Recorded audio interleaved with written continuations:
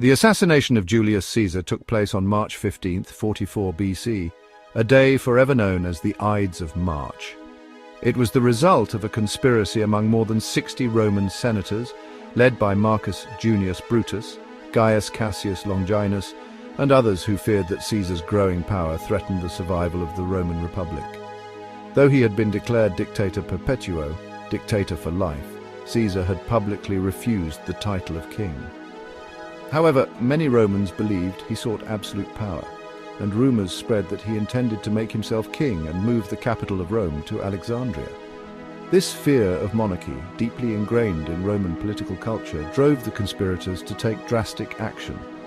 They believed that by eliminating Caesar, they could preserve the Republic and restore power to the Senate.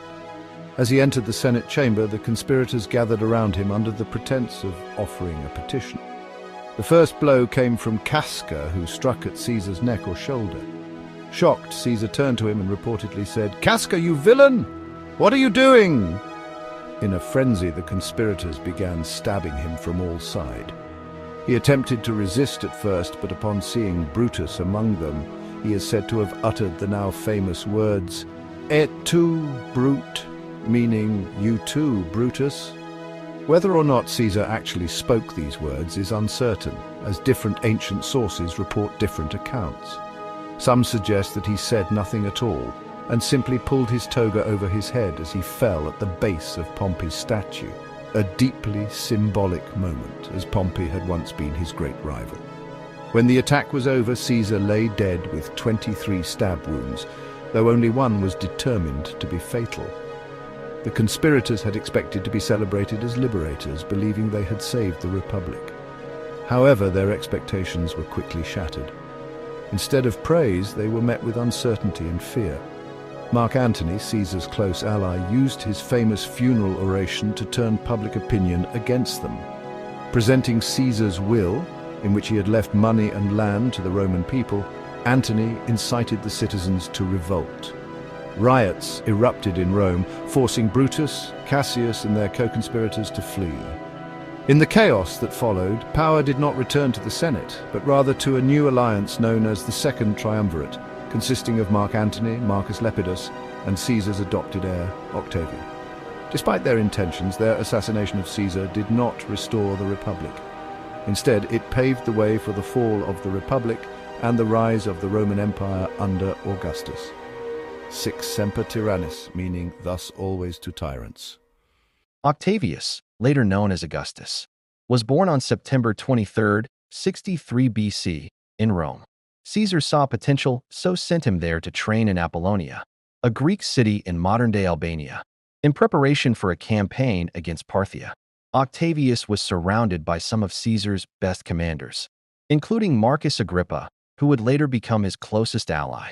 On March 15, 44 BC, the news arrived: Julius Caesar had been assassinated in Rome.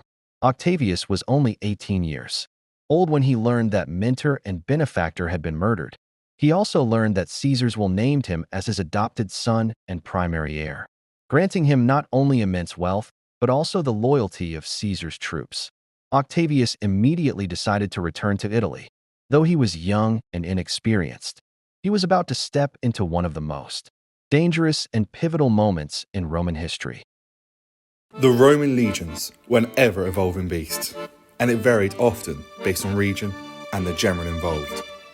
However, we do have a Morris-approved legion breakdown to work with.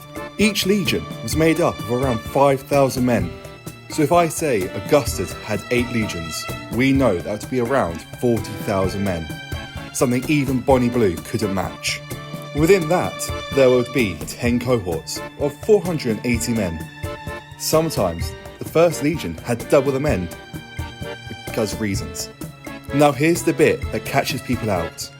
Each cohort was made up of 8 centuries. These were made up of 80 men, not 100, with each century being led by a centurion. To round off the infantry, each century, which is 80 men remember, were split into 8 groups of 10 called a contubernia, the perfect amount for decimation. Alongside the legions, there were cavalry called equites. If you were lucky, they were Numidian. Otherwise, equites were drawn from all over the empire. Finally, you have your light troops and indirect fire. These were possibly the most wide-ranging troops, mainly made up of local auxilia provided for the legions, and their makeup changed largely based on location, location, location. September 2nd, 31 BC. The day Rome's fate was decided. Again, look, I'm going to be honest, I've made a lot of shorts about this time period, and there's a huge battle to decide Rome's fate every 10 years or so. So I don't really know how much punch that has at this point, but it's true, I promise. Anyway, off the coast of Actium, two great forces clashed. On one side, Octavian, with 400 ships and 80,000 men. On the other, Mark Antony and Cleopatra, commanding 500 ships and 100,000 men. Antony's fleet relied on massive, heavily armed quinqueremes designed for brutal rallying and boarding, the Roman way. But Agrippa's admiral, famous Agrippa, had a plan. He used lightning-fast Liburnian ships to outmaneuver Antony, cutting off supply lines and forcing him onto a battle on Octavian's terms. As the fight raged, Agrippa's ships flanked Antony's, trapping him. Seeing this, Cleopatra fled the Egyptian fleet, and more importantly, the money. Antony, seeing her and the money go, abandoned the fight to follow, fleeing back to Alexandria to regroup.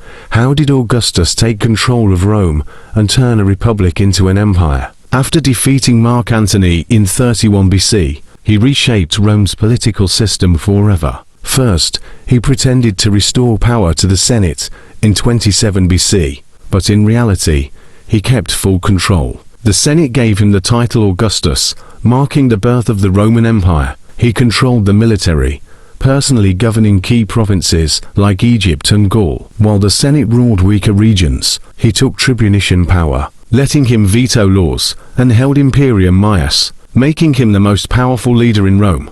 To secure his rule, he built a loyal bureaucracy, reformed taxation, and used propaganda claiming to bring peace with the Pax Romana. Unlike Julius Caesar, Augustus never called himself a king, but he ruled like one.